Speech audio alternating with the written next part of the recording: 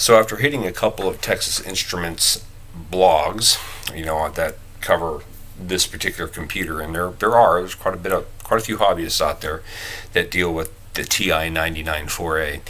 I found out that what I was looking for was a 5-pin DIN, 5-pin DIN connector to a monitor.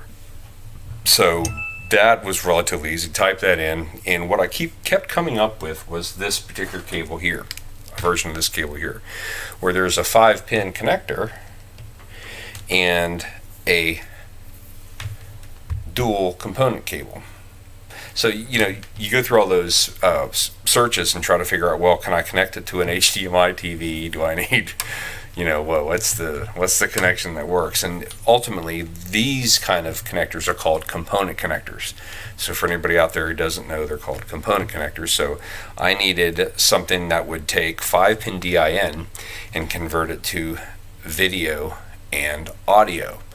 Now, this, of course, this machine is not stereo. There's not a left-right, right? There's a video and there's an audio feed, essentially.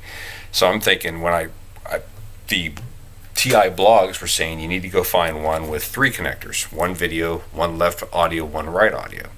And so I couldn't find that. When I was looking around online, specifically looking on just putting stuff into Amazon and stuff like that, I kept coming up with this cable. I could not find one that was a three component version of it. So I decided to buy this one and give it a shot.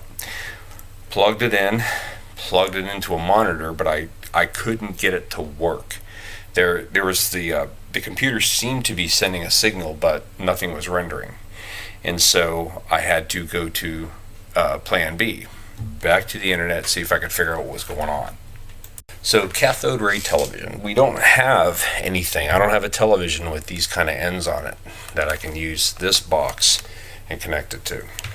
I actually had one until about 5 or 6 years ago, and this was in the back of my mind. Eventually I'd need to connect. I get like our old Atari 2600, which I think my brother has right now.